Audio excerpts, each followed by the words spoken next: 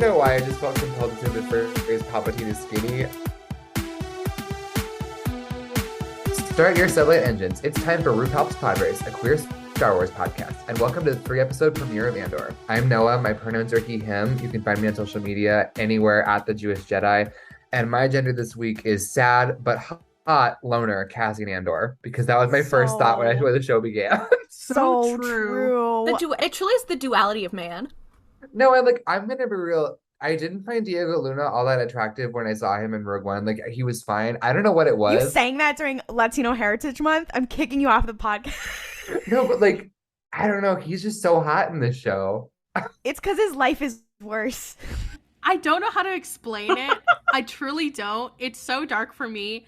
But watching this show, I realized I had this, not quite the same feeling, because with what I'm about to mention, I didn't care about it as much. Hot take. I don't know why, but it's giving the Batman 2022. Okay, no, but you're so right. Because it's true. Something is in the way. Yeah, that's exactly. You know what? You're saying what I was thinking. Not the Robert Pattinsonification. No, literally, I feel like the Riddler is going to appear. Is Syril Karn not the Riddler from a certain point of view? Syril Karn wishes he was the Riddler. When I first watched Rogue One with my older sister and we saw Cassian, I also was like, oh, he's okay. I don't think he's super attractive. I mean, he's an attractive man, but he wasn't my type, So I was just he's attractive, but not really my type. My older sister was like, that man looks like Shane from freaking Ryan and Shane, from BuzzFeed Unsolved. Okay, Jin Cassian, BuzzFeed Unsolved. AU. No. So whenever I talk about Cassian, my older sister is like, "Oh, Latino Shane." I'm just like, please don't fucking say that. It's so dark. Shane Bidet going to heaven immediately. Hello.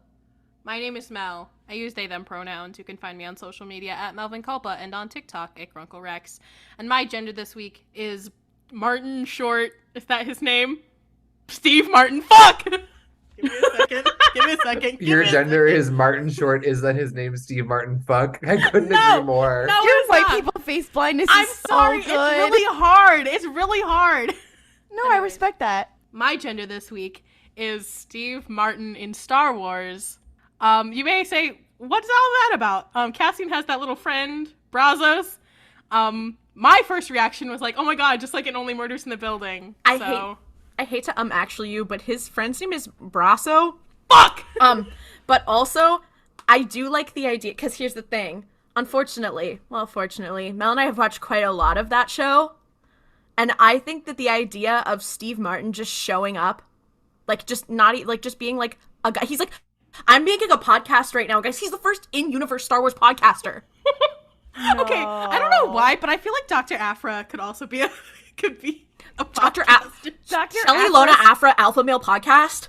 She would, and all of her exes would be the guests, and they'd be like, "Why am I here?" And she's like, "So I've started this thing called a podcast." Yeah. And also, she's canonically a MILF enjoyer. That's true. I will say, my first thought when I saw Brasso was, I could fix him. He's very dilfy. I would make him a nice home-cooked meal when he got back from working in the mines. I was putting that out there. Okay. Who would have guessed? Also, I'm sorry, this is unrelated to the roast that the chemical burn that Claudia just gave Noah. For context, I got a chemical burn today. Sorry. Anyways, making a joke about your chemical burn.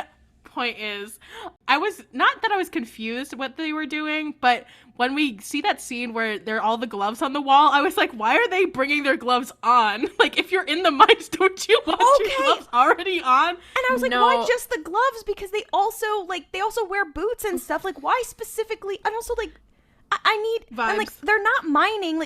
It's like a junkyard. I need facts. Guys, What if someone accidentally took your gloves one day and you're like, which one of you motherfuckers took my gloves? Exactly. Which one of you? Mine are these ones. Here's my problem. I said the stupidest thing because I was like, oh, is Cassian going to the glove store? Cassian in his Mickey Mouse era. That's where the hidden Mickey is. My name is Ollie. I use any pronouns. You can find me on social media at OllieFresh. It's fresh with a PH. And my gender this week is B2 is very crusty little white dog coated. And I agree. Oh, I no. did. Like, I God will bless say, him. I love- was I love a crusty white dog. Like, people joan on them. I think they're hilarious. I think they're adorable. And that's how I feel about B2. As I'm a someone who B2 has stan. 2 crusty little white dogs, I agree with you. I'm happy. See, Jess, we have solidarity in this. Love that. I was taking notes, and when B2 came on screen, there was like, the fucked up little droid, followed by Cassian requires at least one gay little droid companion at all times or he'll explode. I did want to say that when he's like, did anyone come by the house last night? I wrote, house, babe, it's a shack, because I didn't know what it was yet. Every time that Noah says something like that, I'm going to accuse him of Latinophobia. Wow, during Latino Heritage Month? Yeah. Wow, How could Noah. you say that about my king? Hi, I'm Claudia. My pronouns are she, her. You can find me on social media at Claudia Says. My gender this week is the denim on denimification of Star Wars. Literally, the one thing that kept sticking out in my mind from this was like, they're wearing so much denim. And like, my partner Claire was like trying to describe it. It's like jeggings denim. Like, the little corporate cops, they're wearing like all denim. They're wearing like denim hats. It's supposed to be camp, and this was my thing. I was like, is this show gonna have enough camp to make it Star Wars? And at first I didn't think so, and then I was talking to my friend Roslyn, who also got some early screeners for this, and she was like, no, but the camp is the cops. And I was like, that's the darkest sentence you've ever said.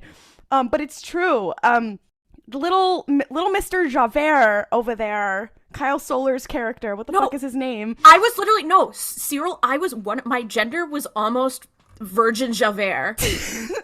But Rolling Stone did steal our joke because they said that, and I was like, oh my god, he's in his Javert era, where I was like, why are they His Javert-a, if you will? Sorry. No, literally, and it's not just the cops though, like there's so much denim, and I'm like, damn, like Lucasfilm, like they really popped off with all the details in the background, and then suddenly everyone's wearing jeans. And you know what?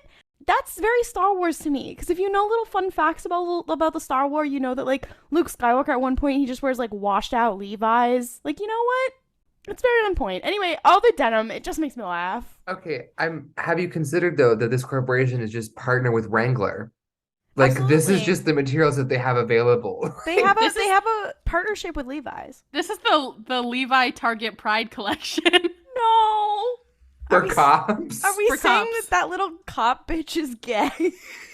Are you saying he's not? He has the blue flag, but it's just the blue on the pride flag. He's No, obsessed because- with Cassian already, so His boss is like, did you modify your outfit? And I'm like, did you go home and hand sew on a new patch?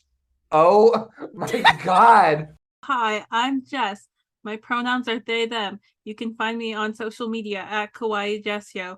And my gender this week is, there are some who call me Tim. Well For all the done. Monty Python girlies. out Well done. So true. Also, there. Fucking It's Tim. Tim. I can't remember. I can't believe I couldn't remember his name was Tim, and then I thought you guys were fucking with me when I was like, what's his name again? You guys were like, it's Tim, and I was like, no, that can't be right. No, Yeah. it's right. The scream I uttered, the sound I made when the subtitles came on and said Tim and it was spelled with 2 M's, I was like, That's such Star I'm Wars having- bullshit. I was like, I'm going to do something drastic. Yeah, when he came on, we were like, Tim. I was just like, Tim? This motherfucker's name is Tim with 2 M's. I hate you, Star Wars. Tim with 2 M's versus Luke with 2 U's. Stop. Oh my God. So a Tim with 1 M is somewhere out there, and he's the clone. You're so right, Claudia. I wanted to call him a fucking incel, but that's not true. Yeah, he Yeah. canonically fucks. Yeah, I hated that. I was like, Bix, So- Snar! So, I mean, I guess that we can get in the episode there. Yeah, so Andor as a show does canonically fuck. Tim's like, welcome home, cheater. I'm gonna go rat out your boy.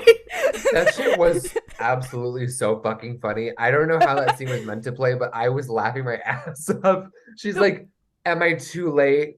Bitch, what are we doing? She literally said, you up. Like, she did the Star Wars equivalent of you up. She was like, your light was on. what? How could you see? Send Do a they have? text. Do you guys think Bix would be on a call her daddy style podcast? No, Yes, don't next insult her. question. Actually, Ollie, that's Latinophobia. I'm checking you for that one. No! Please! No! Guys, the Anyway. White Host are going out one by one. It's getting dark. Claudia, the call is coming from inside the house. I will say right off the bat, like starting the show aesthetically, I was absolutely like so thrilled. I will say my immediate couple thoughts on it where it actually felt like a classic sci-fi, like if in a Yeah. way that I think a lot of Star Wars doesn't. I loved the weird fucked up bubbles in that city. I was like, this is very sly. I love the set. I also love a low light neon bar. I was like, I like Tron. I enjoyed that movie. I'm here for what's going on right now. They were like, yeah, let's do a Blade Runner 2049 brothel. Fuck it. I was like, okay, all right. And here's the thing, I'm entertained by it. I was thrilled. For the girlies who like The Expanse, we won. We won, because True. This was very Expanse coded. yeah. Well, and this is kind of my overall, I don't know if it's an issue or if it's a good thing. That's kind of my issue is like, I believe firmly that Star Wars is fantasy, so when it veers really hard into sci-fi, which I also like, but for different reasons, I'm like, all right, what are we doing here? So far it's very good. I just want to know, like, okay, what's making this still Star Wars? I don't mind, and this is why it's gonna be, I think overall, especially since we have 3 episodes at once, like, it's gonna be really hard to talk about this show without having like a full season to talk about, because I'm like, so far it is feeling very hard sci-fi, and that's weird for me for Star Wars. It's not a bad thing, but it is weird. I'm like, okay, so like, what was the reason for making this a Star Wars other than like money? I mean, I get that, but also, at least for me, I felt it was very refreshing because it didn't feel like when I say it Yeah. doesn't feel like Star Wars, I don't really know if Star Wars has like a feeling that I can pinpoint, but I would say that a lot of the like harder sci-fi elements, and also I didn't realize how much I wanted media that had no Jedi in it until I'd watched 3 episodes and heard nary a single mention of a lightsaber. I was like, wait, why am I kind of healed by this? Like, I don't know. I'm really We don't talk enjoying about it the so Bad far because Batch. of that. No, I mean, I will say, I think it's interesting that you say, like, there's no Jedi, when, like, in episode 3, Comac Vitus does run out of the Get out. woods and start Get out. working Okay, on you're done. Stellan Skarsgård's character, like, and breaks the but fourth wall, like he's Fleabag. not a Jedi anymore. He's left the Order. So there are Spoilers no for Jedi Midnight in the Horizon. show. So, okay, Yeah, interesting. as if we don't talk about that every episode. Well, my thing is also like, Rogue One is a really good example. Obviously, we have Vader at the end. That's different. But like, most of Rogue One, we don't have Jedi. It's very, again, this like grounded sort of thing. But for me, it still like brings the magic of Star Wars in some way. Like, you see like Jin's family, they believe in the Force, but they don't, like, they're not Force users. We have like Chirrut and all that kind of stuff, whatever. And it's about like faith. And I'm like, what will be interesting to me with this show is how will we show the magic without having magical people, which I think is a really cool thing that they do. Like, that's fun to see in the High Republic when we have characters who are not Jedi and that kind of thing. I think that will be very interesting to me, because I still think like you can still bring that without having actual magic users. That will be kind of something I'm waiting for. Yeah, I tend to agree. I think that like when Star Wars veers away from its like look at like Force users and people who believe in the Force, it does lean more into the sci-fi, like this is how this system works in place. Like I think a lot, because I honestly, and I hate to do it because I feel like, you know, I mean, it's in character, bringing up the High Republic.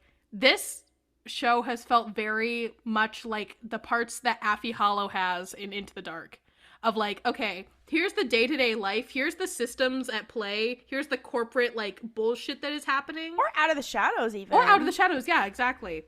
Like the stuff with Silvestri's family and amongst other things. Even though I feel like that kind of veers even like more towards like Western-y vibes, but I think that's just because Jordana is like, well, I think a that's sheriff. another thing is Star Wars is also a Western often. So, and this is very, very specifically sci-fi. And I think that's why I did it compare it to The Expanse, because The Expanse is not only sci-fi, it is also space opera.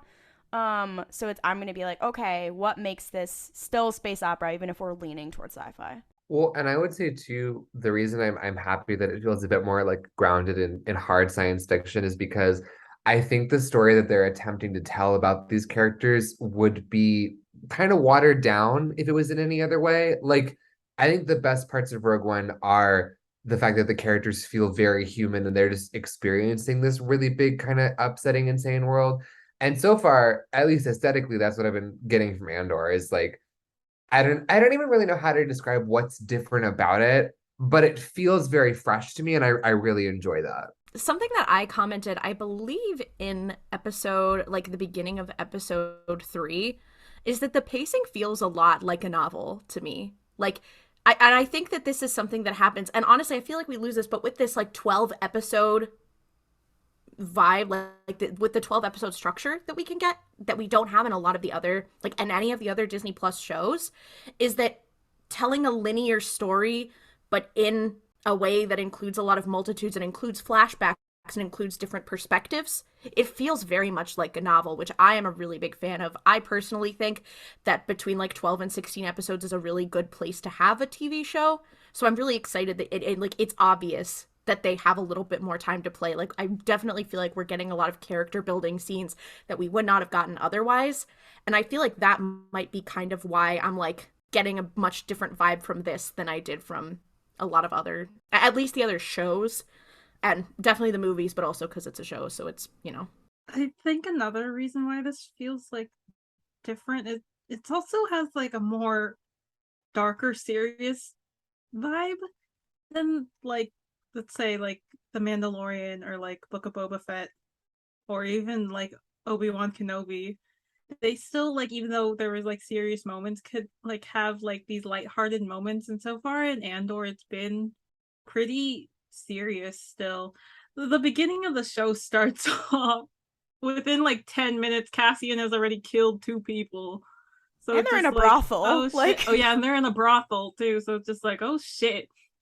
To be fair, there's the stuff with there's like they have a little bit of stuff with the droid, and also like that's kind of funny, and also all of fucking Javert's coworkers being like, dude, shut the fuck up. I thought that was kind of funny, but no, I agree completely. I think that like it really set the tone having Cassian be like, I'm gonna kill 2 people. Diego Luna was acting his ass off, because when he kills that first guy and he's like, no, he's not. He's faking it. I'm like, oh, he is in his crazy era. So like, he good. is having an issue. is he supposed to be like 21? He is. He's supposed to be like 21 years The old. fact that we're He's all like, technically older than Cassian. Yeah, and I will say, putting the beard on him was a good choice in making him look younger. Which, because I feel like normally that works the other way, but I'm like, Diego Luna, first of all, I do think looks fabulous for his age, but he is like 42, right? So like, I think covering up some of his more like aged features was a good choice. I actually really liked how they start out with him basically having to like backhandedly kill a bitch, because that is how Rogue One starts. It starts with Cassian having to like make this tough call, and Tony Grower, I think, has even talked about like, hey, like, we started it out to be like Cassian, you know, he has to do things that he doesn't like for the rebellion. And I was like, oh, it's like poetry rhymes love. Like, and this thing is like in the press, and like we're going to talk about it today, whatever. There's a lot of like, oh, it's very different. When really there's a lot of elements that are very Star Wars. Like there's a funny little droid, and like it's like poetry rhymes, and there's a lot of commentary on imperialism. I was like, yeah, it's still very thematically a Star Wars. It just feels different. I agree. That is to say, this is another thing that this reminded me of was, I don't know how many of the girlies in here have read A New Dawn, which is Kanan and Hera's book where they meet one another. That book also has a lot of things to say about like capitalism and bureaucracy as a tenet of fascism. And so I think those are actually the 2 most comparable of like, because that book felt like there was so much talking about like the corporations. You dumb Kanan fucks. is a minor. Kanan in his International yeah. Workers of the World era. No, I think he's an adult in that book. I can't with you. Boo. Boo. Tomato. But Mel, you bring up something important, is that like I think another piece of this that I was like, okay, pop off with this, considering this is a Disney product. Star Wars has a lot of commentary on imperialism, but it's not often that they make commentary about capitalism. I would say the Clone Wars sometimes gets into it a little bit when we get into like well, usually it involves like a crime syndicate.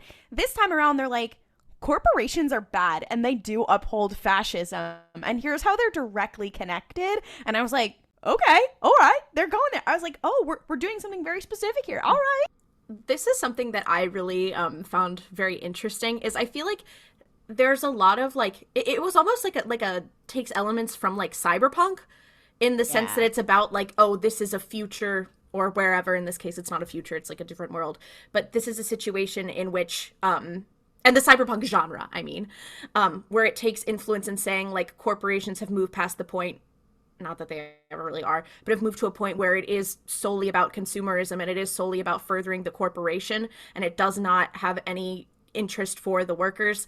It's very much this theme, as well as some of the creatures in episode 1, very much giving Borderlands. So I was getting that vibe, and then just now while we were talking about it, I was like, oh my gosh, yeah, like that's why it feels different. It feels almost like it's almost giving like post-apocalyptic vibes, like TV shows that have a post-apocalyptic like dystopian? corporatization, dystopian. Thank you. Well, but the thing is, and this is an original George thing, where he said the Empire era and the original trilogy era is supposed to feel post-apocalyptic. So one could argue like this is Star Wars as it is meant to be felt. So that's probably why it's kind of slapping. I would also say one of the things that I think sort of cements the tone of the show, like Jess was talking about it being more serious, is like, I think this is one of the first times in a Star Wars show where when a character has died or gotten killed, I'm like, oh, that actually mattered. There was some weight to that. Like, we see a lot of like, Even mindless Tim. Fuck him. We see like a lot of like mindless murdering of stormtroopers and stuff, which is fine and good, but like, I don't know, I was thinking about the show opening with Cassian being like visibly fucked up about the fact that he just had to kill 2 guys who were trying to kill him, and that starting like a cascading chain of consequence. I was like, okay, I was not expecting that whatsoever, but I'm very here for it. I really enjoyed it. Fern, I can't remember their username anymore. They've described Star Wars before as like hope punk, and I think that genre-wise perhaps is what is so different about this, is that we don't have that same level of hopefulness yet. I think that the conceit of this show is Cassian becoming the person we see in Rogue One, obviously. And so, like, right now, he's just like, I'm much like Jyn Erso, keeping my head down, just trying to move on through the world. And I think getting involved in the rebellion is going to help him kind of come to this, like, oh, like, workers of the world unite, you have nothing left to lose but your chains. I'm so excited for Cassian to be handed a copy of Karl Marx's collected works. Yeah, he's actually like, I have read Marx and Engels. I was just going to make a joke about throwing a copy of The Wretched of the Earth at Cassian while he's walking down the street. So true. Okay, Cassian reading Fanon, so true. So Here you true. go, King. Pick it up. Let's go. When you were talking about cyberpunk, I think something that's interesting is like we were kind of scared that this would happen in Obi-Wan Kenobi when they were like, look at this city with all its neon lights, and everyone was like, uh-oh, Star Wars with the Orientalism and the cyberpunk again. Oh no. And then you guys tell me, because this isn't my lane, but like I feel like they were like, okay, we're gonna do the cyberpunk with the neon lights, the Blade Runner, and we're gonna do all of it. And I was like, Star Wars, which is the king of stealing, Orientalism and stealing, I didn't see much of it here. I was like, interesting. All right, maybe we've learned from some of our mistakes. It was quite, I was like, wow. I tend to agree.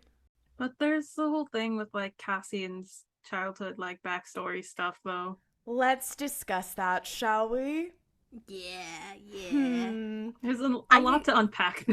I will say, because I know my white opinion means a lot in this conversation. That's a joke, guys, just so before you come for me. I think that something going into this we do need to consider is framing. Because I think like what happened was not framed to be a good thing. Yeah. So I'm very interested to see how it's going to play out, and being like, how are we going to dissect that? Because if he's looking for his sister, like what is his relationship with Marva really like, and what is he like, how are we going to unpack that? Or is it going to be, because this is more towards like, as Tony Gilroy has said, like more towards an older audience, is it going to be like, no, you have to like have critical thinking as a viewer? Like, I'm just interested to see how that gets unpacked. It's interesting because what they're setting up is almost an adoptee story, and that actually is also very Star Wars. And so and it's hard, again, like we're going to talk about it a little bit, but like there's a lot of stuff with this. And I feel like I'll keep saying that, where it's hard to unpack it because we don't have all of it. And I hate to say moving slowly, because it's not moving slowly bad. I actually think it's moving, like it's slowly unfolding the petals at a good pace. So it's hard to judge things. However, upon seeing that, like, a thing that they do in Star Wars is they'll have them speak an alien language that we don't know, and they'll have someone else. They'll either have to figure it out through context clues, or they'll have someone translate. It's the Chewie thing. And then this time around, they were like, what if we did that with brown humans? And you're like, oh, I don't like that. I don't like it at all. I get why it's there for a storytelling convention, but it's bad, and I don't like it. And then we find out that why did he have to be stolen by a white woman? I don't love that. It's not feeling good. But who knows? It may be unpacked, but it didn't feel good to watch. I didn't like it. Yeah, I completely agree. As soon as we got the like pseudo first contact moment, I was like, oh, it's gonna be dark. Especially, why'd you take the kids? Why are they the ones who are doing this right now? Yeah. I immediately was like, oh, it's gonna be so dark. And then it was. Yeah, like, I think as a story of like first contact, and then I think that what this is going to end up becoming, just based on like what we've heard through press, and just like I just am taking into consideration like the way that Diego Luna has talked about this character, is a story about like being a migrant, let that be through choice or not by choice, and like what that experience is, being like a child who is taken from your culture and being raised and forced to live in a different one, and pretending like that didn't exist, and having to like reconcile with that. Well, it's very interesting to me that you were talking about like they're doing kind of like a first contact sort of thing, because what's implied is that this place was strip mined clearly during the Clone Wars or before. And the whole time I'm asking, where are their parents? We have a Lost Boys situation here. Where are their parents? Clearly it is somewhat recent, that they have lost the rest of their people, and they are all kids. But they have had no contact really, but they've had no contact really with like the Separatists, who are the people who crashed there. If you guys didn't know, you saw the Separatist symbol, or the Republic. Yeah, I just, there was something about, there was also something in a recent interview that Tony Gilroy said, and this has always been my fear of, like, I'm glad Diego Luna has been a part of it the whole time, because, like, as a white guy conceptualizing this story, and this might not have been something he said, it was something that was paraphrased by Rolling Stone, but they were like, oh, to explain Cassian's accent, and I was like, okay, but we're in people literally speak alien languages and have different accents in Star Wars, not just in all sci-fi, in Star Wars all the time with no explanation. Like, they had to think up like canon ways to explain why some people are British and some people aren't. Like, people have accents literally all the time. Yeah, in Star and Wars, the Twi'leks with the French. Yeah, I was like, because they're from different planets. Like, why did there need to be an explanation other than he's just from a different place? So true. Followed by, unrelated, I do need to talk about real quick the Irish representation and Tim. Yeah. What was that all about? What after the Queen dying, right now, in this political landscape, maybe we should have thought about how we represent Irish people. I thought he was Scottish. Oh, see, I thought it was an Irish accent. Yeah. Oh, I was about to say, I'm gonna get canceled. Mel, because here's something else. Like 4 times while we were watching together, I said, "Oh, Scottish representation." Okay, and you acknowledged it. You and McGregor. Mel is not an ally to McGregor's Scottish coming for you. people. I'm sorry. Wow. No, wow, They okay. did make Ewan McGregor. He couldn't use his Scottish accent, so I'm so sorry. King. Hateful. Something that I will say completely separate, just a note. When Marva and Clem are like, oh, Marva's like, we need to take this boy because the Republic's gonna kill him because he just killed a Republic officer. Those were separatists. Girl, I'm what so are you talking confused. about? Because I'm like, did she just not know? Was it just a goof? Was it intentional? We'll see. I would also say this, in terms of like their relationship and how good or bad it is. I did not get great vibes from them in episode 2 when he's like, oh, there's no notice over me, and she starts like basically freaking out. And I'm like, okay, freaking out is valid because like, you know, he's gonna get caught by this jean jacket operated corporation. Jean jacket. But just kidding, she would never. But my thing is, I'm like, I don't know. I think their vibes are kind of rancid in an interesting way.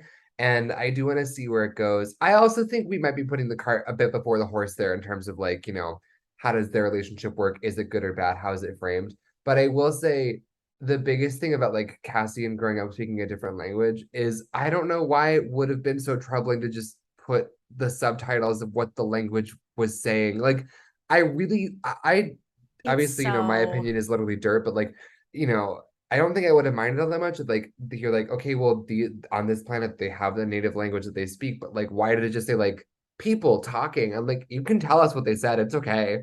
Like, yeah, I kept wondering about that too. I was like, I wish they would tell us what they're fucking saying right now. It's sort of like in movies where they're like two men speaking Arabic and they don't just say what the Arabic means. Like, I don't know why that's such a leap, but it did irk me. It is a fundamental part of Star Wars and why Star Wars has been racist the whole time. That like from the beginning they've always done that, whether it's been like alien languages that they were just straight up speaking Quechua or like stuff like that. They were like, oh, like a fundamental piece of Star Wars is like, oh, somebody speaks a droid language or they speak, you know, Shriwook or whatever, and somebody else translates, and you're like, why are you enforcing xenophobia by the format of this story? Why? Also, speaking about Marva, when she just was like calling him a slut, I was like, okay, that's Latinophobia. All right, back off. I was like, we Bix are not. Also, kind of called him a slut, though. I was like, and why are we doing the spicy lateral Latino violence? I was like, you know what? I'll let it slide from her. But I was like, and why are we calling him a spicy Latino? Quickly. It's sliding a little bit into the like Poe Dameron. Well, we had a weird backstory, and he was a drug smuggler before he was good, kind of thing. And I'm like, stay away. Stop Star it. Wars, you're so close to beating the allegations. You're so close. You're on my shit list. That being said, his mom calling him a slut, it was kind of funny though. So When true. your mom and your friend call you a slut. Getting slut shamed by the community. I will say, only one of them said girls. So let's think about that. That's all I'll say. And she said people. How many people have you told? Yeah, when she's like, is she your girlfriend? And he's like, I don't have a girlfriend. It was like, gay. It's giving gay. Unrelated, but semi-related to that, speaking, I guess, of just like other characters, one thing I'm already loving about this show is the depth I feel from pretty much every character that comes on screen. Like, in a way that I don't think a lot of the side characters throughout the other shows have really gotten to be. Like, you feel like, I feel like a lot of the extra cast and the other ones have kind of just been like one-note objects that are there to like push the plot along and then they disappear. And I really got the sense from these first 3 episodes, like these people have like inner worlds and their own lives that are like worth paying attention to. Like, yes, I would watch an ABC drama about Bix and what's his name. I'd be there for that. Absolutely. I'd be happy to watch. Absolutely. But like, I don't know, just like a lot of the way that they act and that they interact with each other, I'm like, oh, y'all are actually human beings. That's so crazy. Even the cops. No. I don't Well, the give a cops fuck. can that's act why like we hate people, them. but they're You've not heard it. people. You've heard it here first. Claudia believes cops Pro are cops. good people. No. Pro cop. I said I Wow. believe they are people, but Claudia, I hate I them. can't believe that you have a Blue Lives Matter flag right behind Claudia, you. I want to defend you because it's Latino Heritage Month, but also No. Also, followed by, can we just talk about that Cyril's little bestie cop gentleman? His name is Linus. Goofy ass. Could Because why are you as an adult man named Linus and you're a cop? Pick a struggle. You gotta pick a one. I will say though, Kyle is kind of like acting his ass off because like this scene where he's like crying because he's like, oh my god, I just got like kidnapped, and then he's like, oh my god, guys, we got him. Oh fuck, no, we didn't. Like that. When Cassie came up behind him and he was like shitting himself, I was like, first of all, I was like, hello, to Cassian, and then I was like, both of them are acting their ass off here. No, because the way I was like, this feels like a YouTube prank. The car comes down the road, and all of them are like, yo, we got him. And I'm like, are you serious? Are you guys got paid to understand the nature of things in a high intense situation? That was yeah. The way I was just like, that is obviously a decoy, and you're all fucking stupid. And then he just fucking stands there like fucking shocked Pikachu for the rest of the last few minutes. No, because why is he's posting to his YouTube channel later, he's like, I got duped by a decoy of Cassian Andor, storytime emotional, not clickbait. Okay, no. You were gonna tell me that Syril Karn is not posting an apology video in a Grace hoodie, sitting on the floor of his bedroom. He's like, hey guys, so we need to talk about this. This video is gonna be a little bit more I don't think he's I don't think he's apologizing. I think he's doing the Navy SEALs copy pasta. No. Have you guys seen that guy on TikTok who's like, it's really hard being a Twitch streamer. I get up every day and drink G Fuel and then go back to bed because I'm so tired. That's who he is. Please tell me you see this person on TikTok. Fuck. What is your For You page? No, there's a guy who basically he's like, I'm a Twitch streamer, and that's he literally said being a Twitch streamer is harder than your 9 to 5, and then he put a video of him chugging G Fuel and taping cords to walls, and then he goes, anyway, I was pretty tired of doing that, so I went back to bed. No, I was just gonna bring up also how the pacing of this does make sense, although at first I kept being like, okay, where's Luthen? I kept waiting for the scene that they showed as like a preview, with like Luthen and Cassian talking in the little like warehouse. I was just like, where is it? Where is it? When's it gonna show up? When in that scene in that place, did anybody be like, okay, what did they do in there? Why are there things falling from the ceiling? What in the Mario fuck is going on? No, because that building was an OSHA violation. Let's be real. What is Star Wars if not OSHA violations persevering? Like, it's been OSHA violations the whole time. Have you guys seen the Brian David Gilbert Unraveled, where he talks about all of the OSHA violations in Super Smash Bros? I need someone to do that for all of Star Wars post haste. That video Starlight have like no railings anywhere. They have no railings anywhere. They just have endless pit. Unfortunately, that is a joke that they did make in Family Guy Blue Harvest. So bad news. I will say, when I was watching the Rings of Power and they go into Casa Doom, I was like, no, not the Star Wars OSHA violations with no railings. No, not this again. I just was like, they just don't want to fucking spend time to put railings. They're like, we don't got time for railings. If you fall, that's on you. I'm just like, I know someone got a huge settlement. Palpatine. How the fuck do you think Palpatine was able to go to fucking Exegol? He got the fucking fattest settlement from the Empire because he was like, I fell into that fucking pit. I was pushed in that goddamn pit. Not clickbait. You are going to pay me so much money right now. My former coworker pushed me into a pit. Story time emotional, not clickbait. Parentheses, real. I will also say there is a difference between what is actually in the show and what their like marketing narrative is, because their marketing narrative is like, this is different from the rest of Star Wars. And then I watched it and I was like, it's actually not that like in maybe like tone and like some more adult themes, absolutely, for sure, but it actually isn't that much different than the rest of Star Wars, with a lot of things, especially if the girlies have watched Rebels. I mean, there's Jedi shit in Rebels, but other than that, like, it is actually quite similar in several ways. And, like, the thematic stuff I talked about earlier, but, like, they're really hammering that stuff home. And so they're like, there's not going to be any cameos. And they're like, okay, like, that's kind of, like, that's a marketing push. That is the marketing push. Like, it's okay. Like, that's not the reality. At first when they were like, we're going to show the first 3 episodes for the premiere, and we're all kind of like, wow, that's a that's a lot of fucking episodes, but it makes sense. After seeing it, you're like, I see. Because if they had just left it at like one episode, I would have been like, what the fuck? Yeah. But like doing the first 3 and it wraps up nicely. It was a good choice. Good choice. Yeah, I agree with that. I will also say, I didn't know the length of the episodes before going to watch them, and I was pleasantly surprised they were all under an hour. Like, honestly, I was very happy about that because I was like, first it was like 3 hours of television in a row.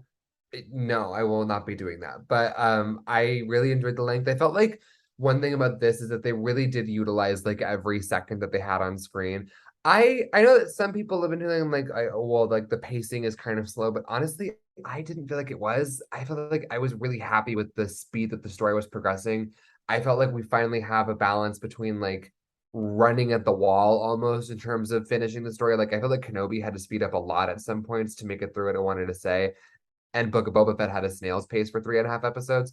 This feels like a very nice, like they know what story they want to tell. They know how they want to go about it.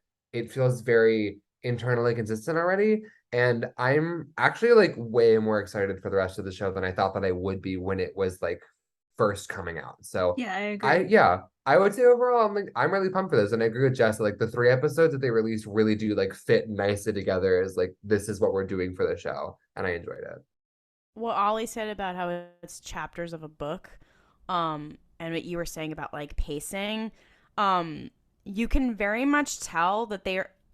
I love when streaming television finally gets this right, when they are using the medium of television to be television, and they wanted it to be longer. Like the stuff about Kenobi when they're like, oh, we wanted it to be like a 6 episode movie. I'm like, shut up, please. If you're doing the medium of television, do it. And you can very much tell that Tony Gilroy, like he was the script doctor on Rogue One, after they did stuff, whatever. You can tell that he is a script doctor. You can tell there's a reason why every minute is utilized in a certain way.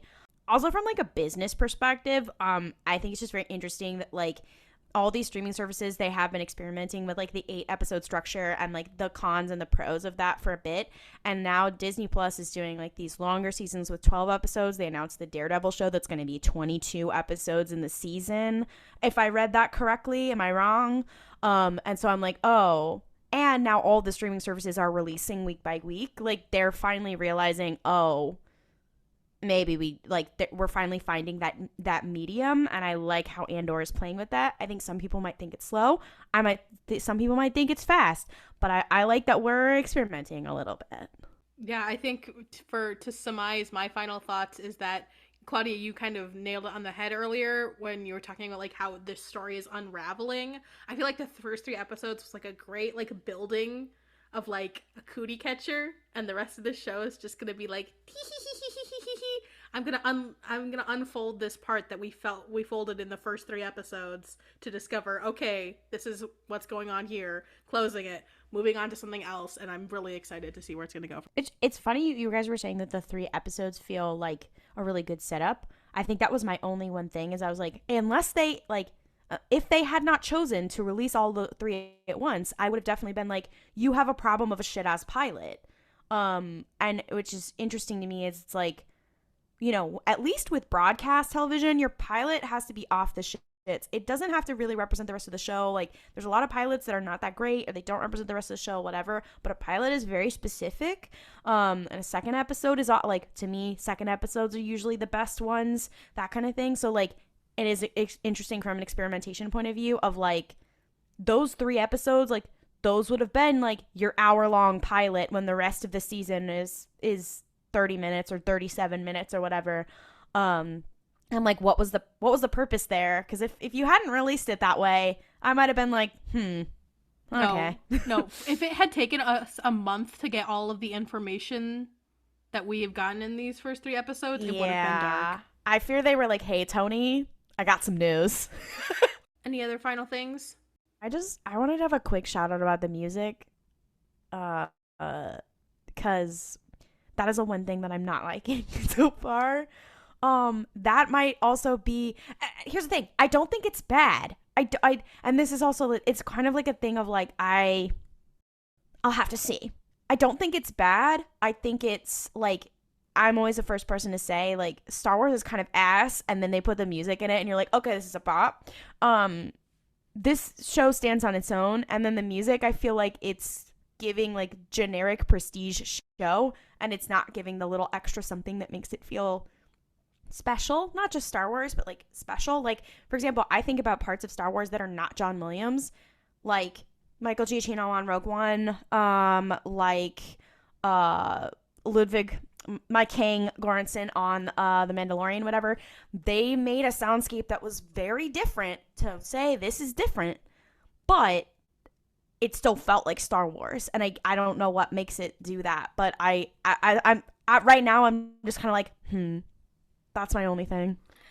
It's funny. I actually, like, I definitely get what you say when you're saying, like, it has a lot of similar elements of, like, prestige television, which is funny because Nicholas Britell, who is the composer, does do mostly movies. Like, I know he did, like, Moonlight, and I'm pretty sure he did If Beale Street Could Talk. Yeah. I mean, I hate to insult him. No. And I don't think you are. I think you're just saying, like, it doesn't have the Star Wars, like, it doesn't have something crazy. But I was talking with Noah about this, and I'm like, we both really like the theme. Is I feel like it is a little bit more subtle, but I feel like because this show is very different than the, like, the space opera that a lot of other pieces of Star Wars media are, like, the score makes sense for what it is.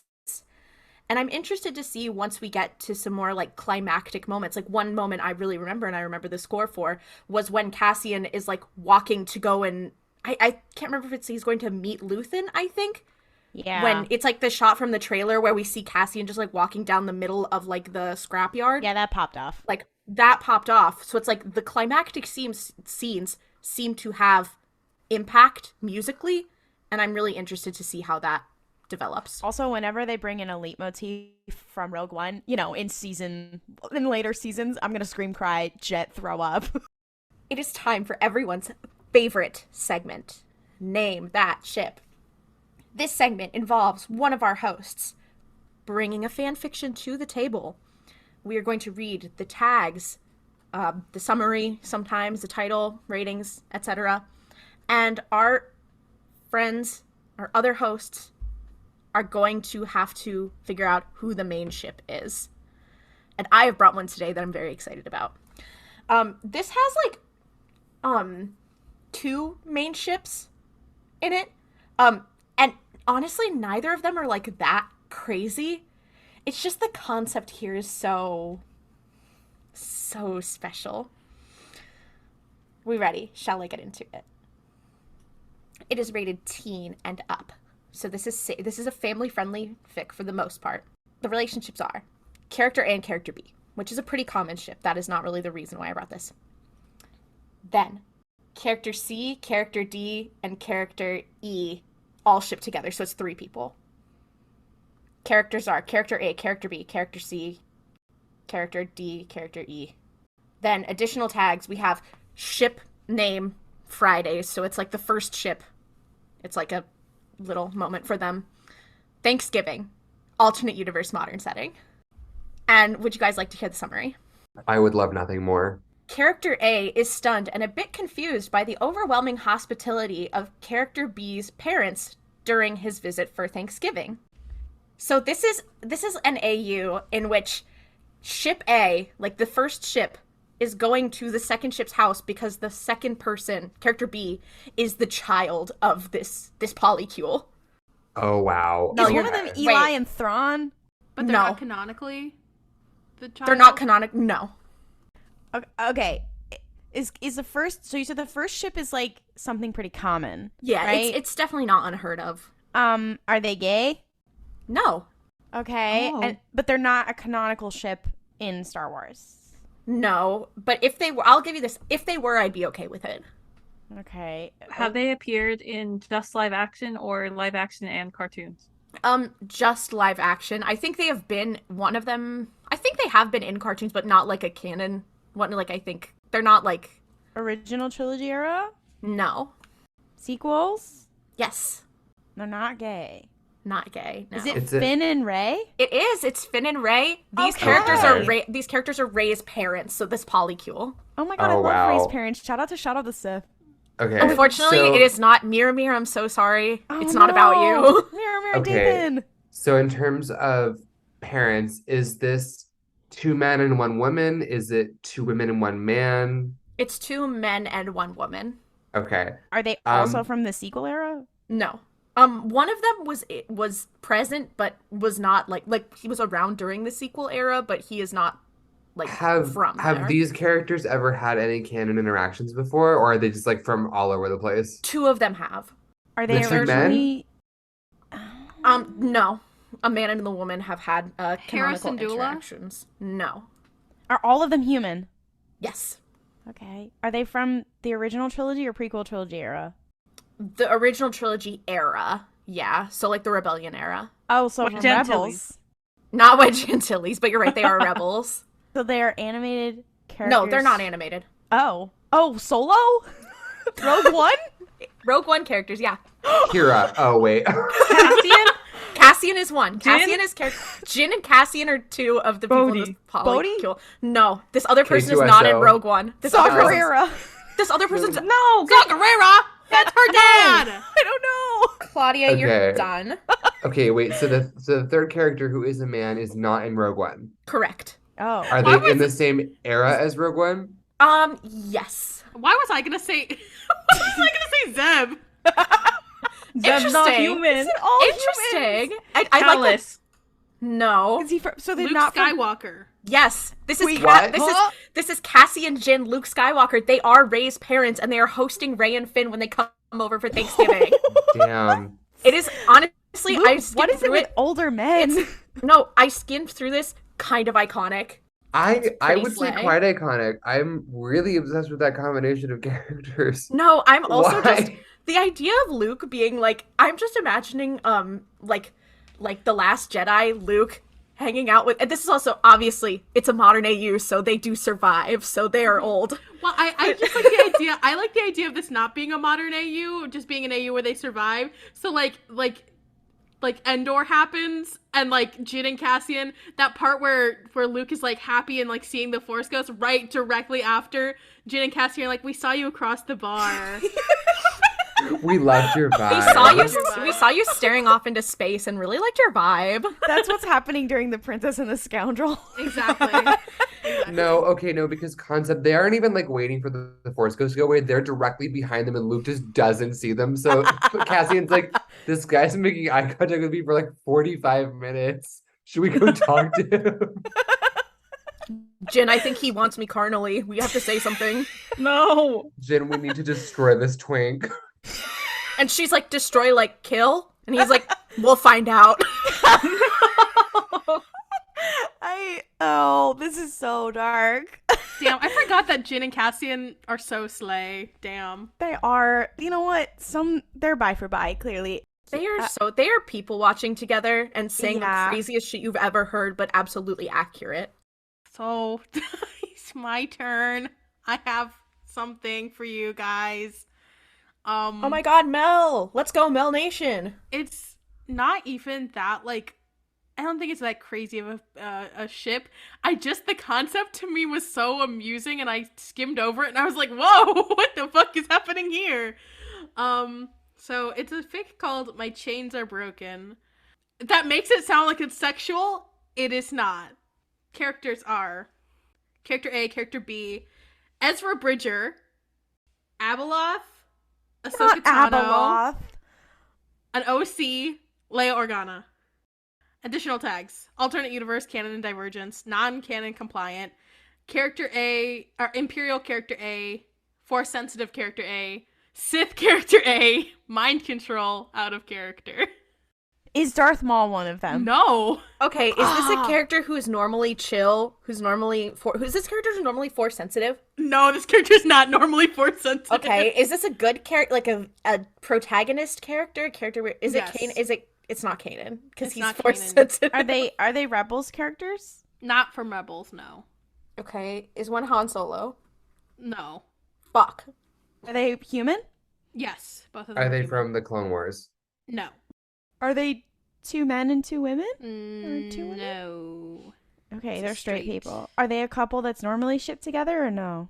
I feel like I've seen stuff for them before, but like I would not call this a popular ship per se. Is the second one force sensitive or no? Yes, the second person. I'm sorry, can you explain the ships again? Just like it's just character A and character B.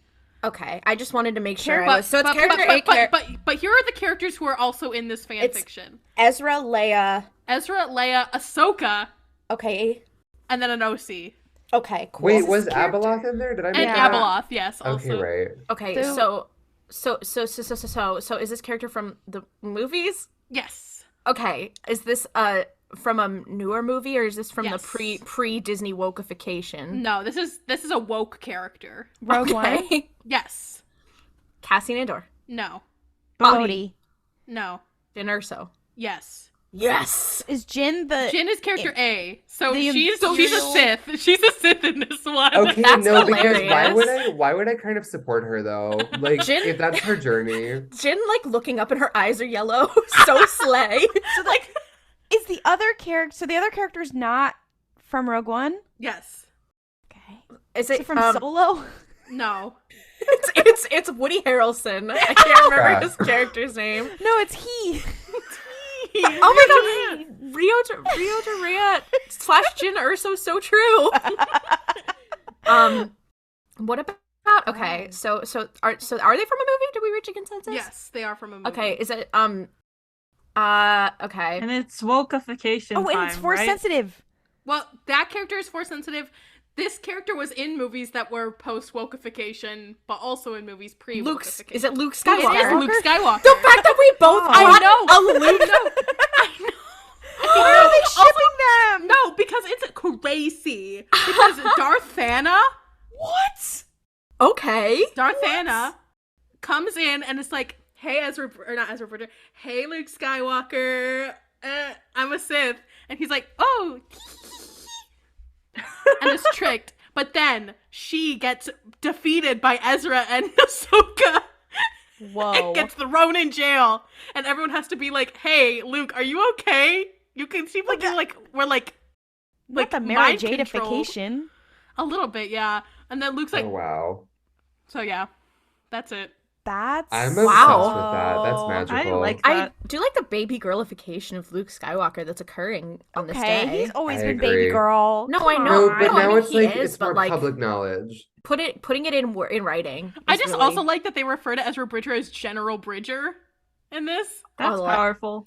I liked, and also Luke is lieutenant, so jot that motherfucking down.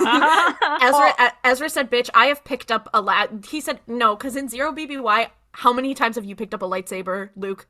How many times have I girl, I will body you." He's been doing that since he was 14. Yeah. What about you, Luke? Yeah, Luke. Sorry, is your birthday Empire Day? Dumb fuck. Fuck you. Oh, it is. It is? No, it's not. It's like 2 days after. Do you have a twin sister? No. Fuck you. Oh shit, the girls are fighting. Sabine in the corner with popcorn. So the girls are fighting. The girls are they're clawing each other's eyes out. This is a fic that was submitted to us from Darth_your_mom_gay. Oh, nice. Hell yeah. And it's called Cowboy Like Me. Anyway, here's Pop Vamp? The Taylor Swift lyrics. Okay, let's go. And okay, here's the tags are, character A and character B, or character A / character B. Slow burn, angst, hurt / comfort, happy ending, the ship, freeform, post rise of Skywalker, character A needs a hug, oblivious lesbian chaos, healing from trauma, wacky space adventures. Are these two women? Yeah, hold on, there's more tags. I'm gonna skip some of them because I don't want to give away the characters. Oh, okay. I was afraid that it was graphically sexual. It was like Lone Greatstorm's taint. No. Who would talk about? Who would say that, Mel? Come on, that's disgusting. Who would bring up Loden Greatstorm's taint and his huge penis? This one's funny. Ben Solo anti-club. This fic has a homoerotic masquerade ball scene. Oh. Fluff. There will be so much fluff. Background long is info. this? Speaking of which, begging of Finn Jedi journey.